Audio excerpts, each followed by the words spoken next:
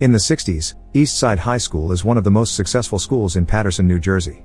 Joe is a teacher in this school, and his class adores him because he teaches important things with kindness but also fun competitions. One morning, his class is interrupted by fellow teacher Frank, who tells him they're holding a meeting of the union executive board without them.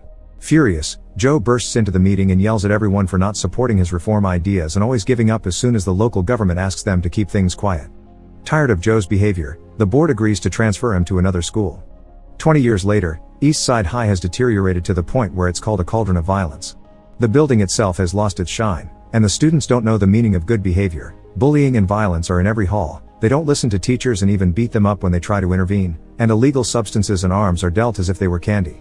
Most of the students can't pass the minimum basic skills test, and this is bad news for Mayor Botman, who doesn't want to lose the school to state administration because it'll cost him the election. Frank, now school superintendent, and Mr. Rosenberg, the school board attorney, arrive at the only logical conclusion: they must bring Joe back. Botman doesn't like the idea, but he approves it because he doesn't have a choice. Frank and Rosenberg go to see Joe, offering the position of principal at Eastside, but Joe turns them down, explaining he knows the mayor only wants to save himself and not the kids. However, Frank gets him to change his mind by pointing out that Joe hasn't made a difference so far with all his crazy Joe routine and he shouldn't take that to his grave. The next day, Joe shows up at Eastside as the new principal. He holds a meeting with the other teachers and immediately puts his autocracy into play, saying he's the only one that speaks in his meetings. After asking for a list with the names of every student involved in criminal activities, he orders the custodian to clean the walls and make any student in detention help him. Mr. Darnell, the English teacher, is demoted to assistant of the football coach. There will be guards in the hallways to help them stop the violence, and all teachers must concentrate on getting the students ready for their next standardized test because the school needs 75% of approval, and last time they did less than 40. Next, Joe calls for a school assembly, where all the troublemakers from the list are put on stage. When Joe comes over, he bumps into Kanisha, who is happy to see him because he used to be her elementary school principal. Joe gets on the stage and asks for silence, but nobody pays attention to him, and the troublemakers laugh when he asks them to sing the school song. Seeing them as incorrigible, Joe decides to expel all the troublemakers, promising the rest of the kids that nobody will bother them anymore. Security takes all the students off the stage and this is enough to make everyone else calm down, especially when Joe tells them they could be next if they don't study hard. In the afternoon, Joe has a meeting with all the parents. Liana, the mother of one of the expelled kids, is furious about what happened, and many parents support her. But Joe doesn't give in and offers a speech about a few bad apples spoiling the entire basket. He explains he expelled 300 kids to save 2,700 and that he promised God he would save the school. This speech earns him the support of almost every parent, but Liana stays angry. The following day, Joe comes to school to find a kid waiting for him. Sams was expelled and now tries to tell Joe he made a mistake because he didn't do anything, but Joe knows he's lying and takes him to the roof with him. He calls Sams a coward for not telling his parents he was expelled and tells him consuming those illegal substances will kill him, so if he wants to die this badly, he should jump. Sams obviously refuses and promises he'll do better, and Joe accepts to give him a second chance, but if he messes up again, he'll be out for good. During lunch, Joe goes from table to table hearing what the students have to say and offering some advice. He's happy to see Ray is wearing a suit, which sets an excellent example, unlike Sams and his friends who dress sloppily. When he notices them bothering a girl, Joe makes them stand up and calls out their clothes choice in front of everyone, then asks them to sing the school song. He also reminds the entire room that nobody should move during the school song, so when Darnell bends over to pick up some trash, Joe sends him to his office. The boys don't know the lyrics anyway, causing Joe to give them detention and inform everyone that from now on, they all should be ready to sing the school song on command or there will be consequences. Afterward, Joe goes to see the music teacher Elliot to tell her about the new rule. Elliot accepts it, but she'll teach the school song after they're done training for an incoming choir concert in New York. The kids are practicing Mozart, and Elliot would like their work to be respected. She calls out Joe, saying he doesn't like other adults standing up to him, and Joe reacts by firing her and canceling the concert so the students can concentrate on the incoming test. From now on, the pianist Mrs. Powers will be in charge of the music class. Afterward, during his meeting with Darnell, Joe gets called out again. Darnell thinks he's being treated as trash and wants the principal to remember these are his students as well. This ends up with Darnell getting suspended. Vice Principal Joan tries to make Joe see reason, explaining Darnell is more than just a coach and that nobody understands what Joe is doing, but Joe responds that's exactly how he likes it. The day of the practice test comes and all the students fill it the best they can as the teachers keep a close eye on them. Joe doesn't want to wait long for the results, so he sends Joan to the school board to ask for the letter directly. One morning, the special presentation a student is doing for the local press is interrupted by an attack in the cafeteria. One of the expelled boys came back and is beating up Ray. He's also got a knife. Joe quickly catches him and wonders how he got in. Security tells him someone must have let him in from the inside. At that moment, Joe decides all school doors will be locked and chained. Sometime later, Joe finds Kanisha feeling upset. She's a smart girl, but her grades haven't been good since she lost a place to live because her mother doesn't want her. Determined to help, Joe takes Joan to see Kanisha's mother at her home. The mother explains she had Kanisha when she was a teenager, so she had to drop her normal life to work. Nowadays she's trying to get clean, but that puts her in an awful state of mind. That's why she thought it would be better to send Kanisha with child services, but she never stopped wanting her around or loving her. Joe promises to help her find a better job and a nicer place to live as long as she takes Kanisha back and helps her stay concentrated on her studies. The news of the chained doors reaches the newspapers, and Liana takes the chance to take the complaint to the school board.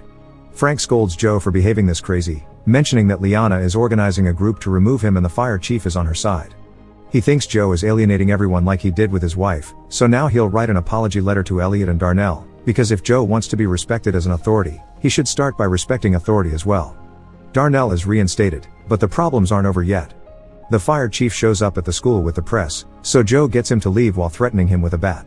Joan tries to express her concerns over this attitude, but as usual, she's ignored. To Joe's disappointment, the next time he sees Ray is when the boy comes to say goodbye because he can't stay in this school anymore. Later, Joe finds Sam's and his friends goofing around in the bathroom. He makes them sing the school song and is shocked to hear a beautiful rendition done in the style of a church choir. The boys admit it was Powers that taught them this, so Joe goes to see her to congratulate her and ask her to teach everyone this version of the song from now on. The results of the practice test arrive and Joe is disappointed to see they only scored 33%. He calls all the teachers to the gym and tells them their inefficiency is to blame for these poor results, so they have to work harder. Joe wants to start a tutoring program and an extra course on remedial reading on Saturdays, but a teacher points out it's hard to make the kids come on weekends. His plan is that they'll go to every student's house and talk to their parents to get them involved, perhaps even invite them to come too if they don't know how to read. The following weeks, teachers and students work hard to get ready for the test, and Joe's as involved with his students as possible. This is still not enough for Liana, who together with the fire chief goes to talk directly to Botman. Frank and Rosenberg try to defend Joe, but Botman kicks them out of the meeting and reaches an agreement with Liana so she doesn't convince the town not to vote for him. Botman will get Joe fired, and Liana will gather people's support for his campaign. Later in the bathroom, Botman tells the fire chief that they'll arrest Joe for the illegal chains after the test, unaware that Rosenberg is in one of the stalls and hears everything. Rosenberg informs Frank of this and they go to warn Joe, who quickly comes up with a plan. When the security guards see the chief coming, they'll call code 10 through the walkie-talkies and the teachers can temporarily remove the chains.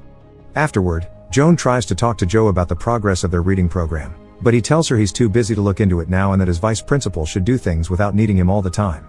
At the end of the day, Joan asks Joe for a transfer, explaining how frustrating it is to work with him. She calls him an egomaniacal windbag that whips people who can't fight back and points out half the staff feels the same way, they just haven't walked out yet because they care about the kids. Joan, however, has had enough of his lack of respect and support for the teachers, so she wants out. The next day before assembly, Joe gives Joan her transfer papers. Then he gives the kids a speech about the bad fame the school has in town, inspiring them to prove they're not savages. He also shows his gratitude towards the teachers, which he gives Joan credit for.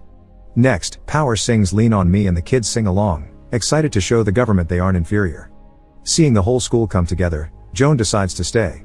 On the day of the test, the students fill the exam with confidence. But there's also a school board meeting coming and Liana can't wait anymore, so Botman finally gives the fire chief permission to get a court order. Meanwhile at school, Kanisha discovers she's pregnant, but her boyfriend doesn't believe he's the father even if she swears he's the only boy she's been with. Joe offers his support and promises they'll find some other alternatives, but their conversation is interrupted by a guard announcing the arrival of the fire chief with Liana and reporters.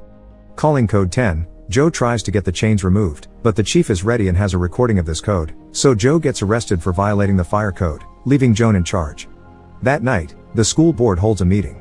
Frank tries to defend Joe's work, but Liana points out the school only got 33% during the practice test, meaning Joe actually failed at his work.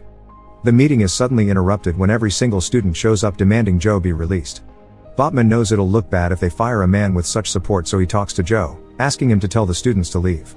When Joe refuses, Botman pulls out the big guns and explains the cops are getting ready outside.